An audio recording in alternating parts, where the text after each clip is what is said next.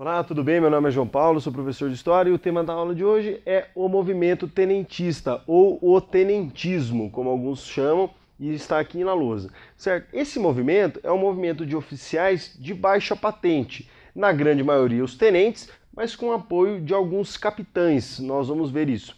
Qual que era a ideia do movimento tenentista?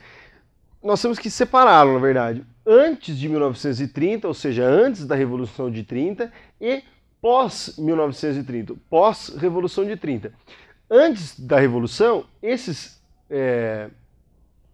tenentistas eram contra a República, mas não contra a instituição da República, contra a República vigente, contra o governo republicano que o Brasil estava adotando. Então tomem cuidado, às vezes vai aparecer contra a República, mas não é contra a República, é contra o governo. Então nós aqui podemos falar que é contra o governo também, ok? Só para deixar bem claro os dois pontos, contra a República, mas contra o governo. Tá? E pós 1930, como que o Getúlio Vargas chega no poder? Chega no poder com o apoio dos tenentistas, do movimento dos tenentistas. O que ele faz pós 30? Ele chama esses tenentes para participar do governo.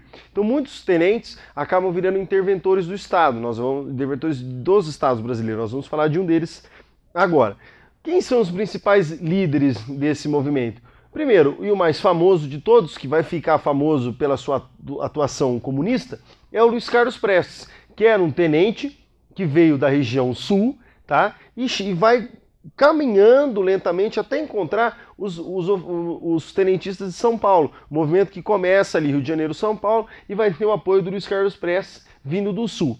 Um outro importante é o Miguel Costa. O Miguel Costa, grande prestígio dentro das Forças Armadas, ele é um que vai encabeçar esse movimento, que visava, né, mudar a estrutura social, a estrutura do governo. E um outro, que é importante a gente saber, também do Sul, é o João Alberto Lins de Barros, que vai, após o governo do Vargas, pós 30, ele vai ser uma figura extremamente importante no governo do Vargas, porque ele vai ser nomeado interventor do Estado de São Paulo. E ele vai ter uma participação muito grande dentro do governo do Vargas, até ele ser afastado e volta e assim por diante. Mas nós temos que entender o Luiz Carlos Prestes, o Miguel Costa e o João Alberto. Se a gente parar para pensar, Miguel Costa e Luiz Carlos Prestes vão formar lá na frente a coluna Miguel Costa Prestes, que vai percorrer aí o mundo, né? Percorrer o Brasil, lutando contra quem? Lutando contra o governo, lutando contra aquela república que eles não queriam, aquela república que estava sendo